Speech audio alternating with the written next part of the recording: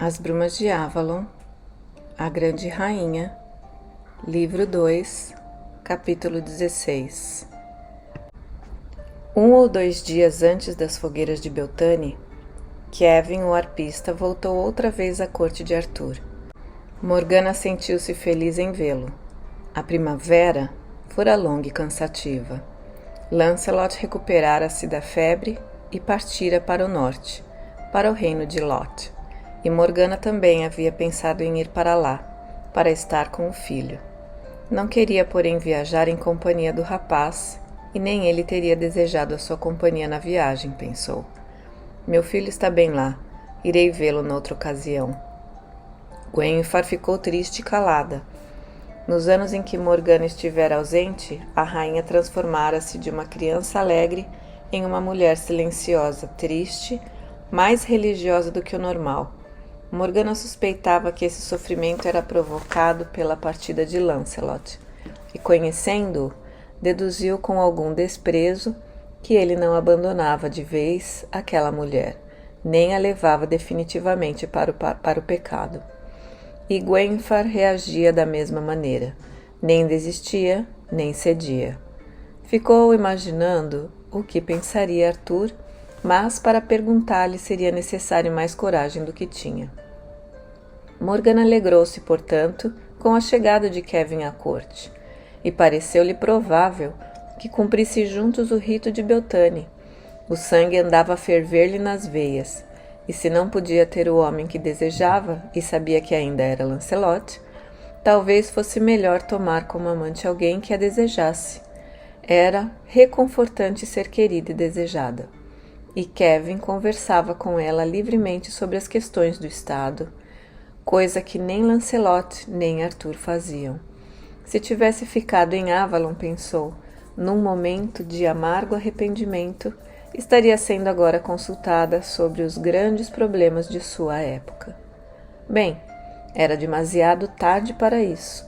Saudou, portanto, Kevin no grande salão e mandou que lhe servissem comida e vinho, tarefa que Gwenfar lhe transferira com satisfação. Gostava muito de ouvir o arpista tocar, mas não suportava vê-lo. Morgana serviu-o e conversou sobre a ilha sagrada. Viviane está bem? Bem, e continua decidida a vir a Camelot na época de Pentecostes. E faz bem, pois Arthur não me dá ouvidos. Apesar disso, prometeu não proibir as fogueiras de Beltane este ano, pelo menos. De nada adiantaria proibi-las. Mas Arthur tem problemas mais imediatos também, fez um gesto. Além daquela janela quase que à vista lá do alto do castelo, está a ilha reino de Leodegrance. Já viu falar sobre o assunto? Um viajante ocasional contou-me de que ele morreu, sem deixar herdeiro. Sua mulher, Alienor, morreu com um último filho, poucos dias depois. A febre foi cruel naquela região. Gwenfar não quis ir para o enterro. Não tinha muitos motivos para chorar. O pai não era muito carinhoso. Arthur a terá consultado sobre a constituição de um regente ali. Ele diz que agora que o reino é de Gwenfar, se tiverem um filho, este ficaria com as terras. Mas não parece provável que ela venha a tê-lo. Kevin sacudiu lentamente a cabeça. A rainha teve um aborto antes da batalha do Monte Badon e ficou muito doente. Desde então não houve nem mesmo boatos de que estivesse grávida. Que idade tem ela? Creio que tem pelo menos 25, respondeu Morgana. Mas não estava certa, pois ficara muito tempo no País das Fadas. Já está velha para um primeiro filho, concluiu Kevin. Embora eu não tenha dúvida de que, como todas as mulheres estéreis, ela reze por um milagre. De que sofre a rainha que não concebe? Não sou parteira. Ela me parece saudável, mas gastou os joelhos rezando, e não há sinal de gravidez. Bem, os deuses sabem o que fazem, mas precisamos da misericórdia deles nesta terra se o grande rei morrer sem um filho. E agora não há mais ameaças dos saxões para impedir que os reis rivais da Bretanha se atirem uns contra os outros e transformem esta terra em farrapos. Nunca confiei em Lot, mas ele está morto, e Gawain é o homem mais firme de Arthur, portanto não há muito que temer, a menos que Morgause encontre um amante com ambições de ser grande rei. Lancelot foi para lá, mas deve voltar logo, comentou Morgana, e Kevin acrescentou. Viviane também queria ir ao reino de Lot por alguma razão, embora todos nós achássemos que ela está muito velha para tal viagem.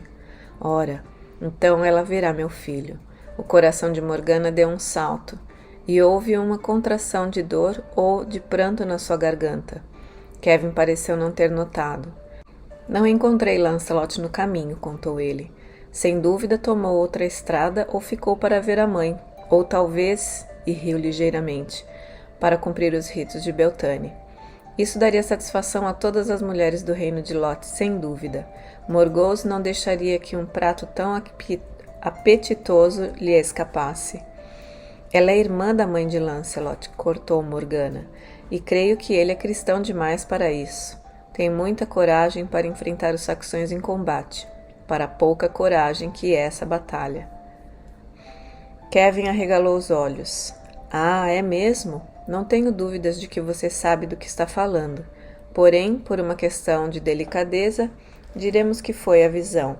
Mas Morgause gostaria bem de ver o melhor cavaleiro de Arthur atingido por um escândalo, pois assim Gawain ficaria ainda mais próximo do trono, e ela é apreciada por todos os homens, pois ainda não é muito velha e conserva beleza mantendo o cabelo vermelho, sem qualquer vestígio de embranquecimento.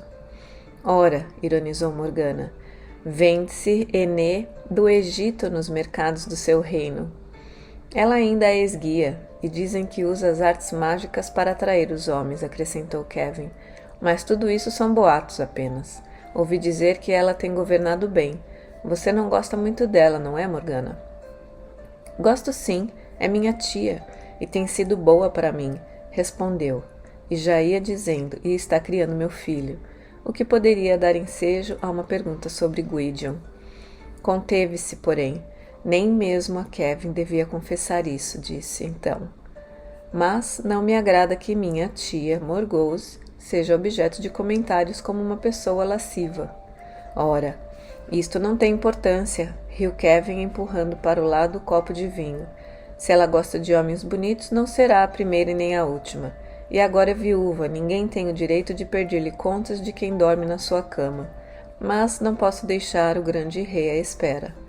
Deseje-me boa sorte, Morgana, pois devo levar-lhe notícias tristes. E você sabe qual o destino reservado, antigamente para os portadores de más novas para o rei? Arthur não é um rei desse tipo, atalhou Morgana.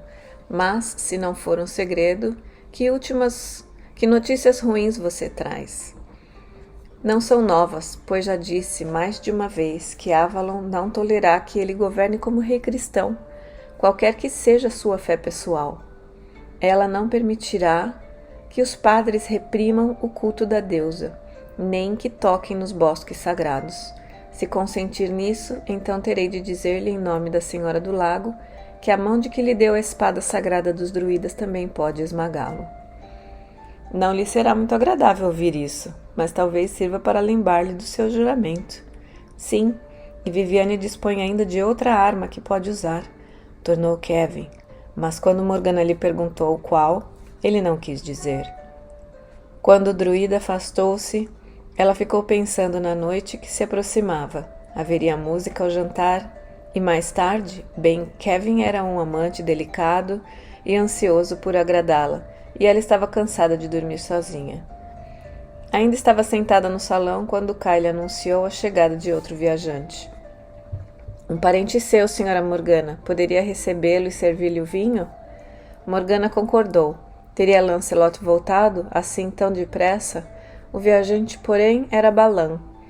Quase não o reconheceu a princípio. Estava mais pesado, crescera tanto que teve a impressão de que seria necessário um cavalo muito grande para suportar-lhe o peso. Balan, porém, reconheceu-a imediatamente. Morgana, saudações, prima, disse sentando-se ao seu lado e aceitando o copo que lhe era oferecido. Ela comunicou-lhe que Arthur estava falando com Kevin e com o Merlin, mas que o veria ao jantar, e perguntou-lhe as novidades. A única novidade é que um dragão foi visto novamente no norte.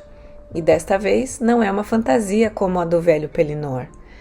Eu vi os rastros por onde ele passou e conversei com 2 pessoas que o viram. Não estavam mentindo, nem contando uma história para divertir, nem para se dar importância. Estavam realmente aterrorizadas. Disseram que o dragão saíra do lago e apanhara o seu servo.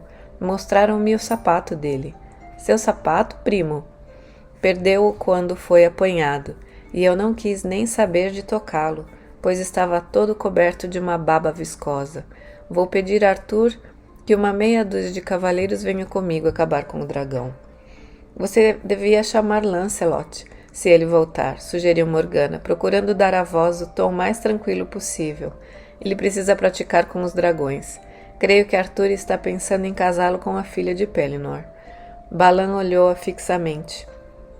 Não invejo a moça, que tivera o meu irmão por marido. Ouvi dizer que o coração de Lancelot já tem dona. Ou talvez eu não deva comentar. Não deve comentar, Balan. Está bem, concordou com um movimento de ombros. Arthur não tem, então, nenhuma razão especial para desejar que Lancelot tenha uma noiva bem distante da corte. Eu não sabia que você voltara para cá, prima. Está com boa aparência. E como vai o seu irmão de criação? Balin está bem. Pelo menos estava, quando o vi pela última vez, embora continue irritado com Viviane. Mesmo assim, não há razão para acreditar que ainda a responsabilize pela morte de nossa mãe. Ele esbravejou e clamou por vingança naquela ocasião, mas teria de ser realmente louco para continuar pensando nisso. De qualquer modo, se a questão ainda o preocupa, ele não falou dela quando esteve aqui no Pentecoste há 1 ano.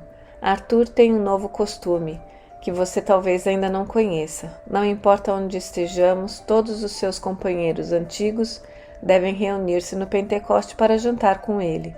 Nessa ocasião, ele sagra então os novos companheiros da Ordem de Cavalaria e aceita ouvir qualquer petição, mesmo do mais humilde súdito. Sim, ouvi falar disso, concordou Morgana e uma leve preocupação por sua mente. Kevin falara de Viviane, e ela achava um tanto intranquilizadora a ideia de que uma mulher da idade da Senhora do Lago viesse até Camelot, como um súdito comum, apresentar uma petição. Como Balan disse, só um louco continuaria alimentando sentimentos de vingança durante todo esse tempo. Houve música naquela noite, com a bela execução e o canto de Kevin. Mais tarde, Morgana saiu do quarto onde dormia com as damas solteiras de Gwenfar, tão silenciosamente quanto um fantasma, ou como uma sacerdotisa treinada em Avalon, e dirigiu-se ao aposento onde Kevin dormia. Dali retornou antes do amanhecer, bem satisfeita, mas perturbada por uma das coisas que o bardo lhe dissera, embora tivessem outros assuntos para comentar além de Arthur. Arthur não quer me ouvir. Ele me disse que o povo da Inglaterra era cristão e que, embora não persiga nenhum homem por seguir os deuses de suas preferências, ainda assim ficaria com os padres e a igreja, tal como estavam ao lado do seu trono. E mandou dizer à senhora de Avalon que, se ela quiser de volta a espada, terá de vir tomá-la. Mesmo depois de ter voltado discretamente para sua própria cama, Morgana ficou deitada acordada. Era a espada lendária que provocava a fidelidade de tantos dos homens das tribos e do norte a Arthur, e era a fidelidade do rei a Avalon que lhe assegurava o apoio do povo moreno, anterior aos romanos.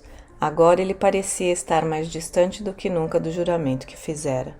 Morgana poderia falar-lhe, mas adivinhava que não seria ouvida. Era mulher e irmã, e como sempre pairava entre eles a lembrança da cerimônia em que fora feito o rei, de modo que não conseguiam falar-lhe livremente, como era possível antes, e ela não tinha autoridade de Avalon, jogara-a fora com as próprias mãos.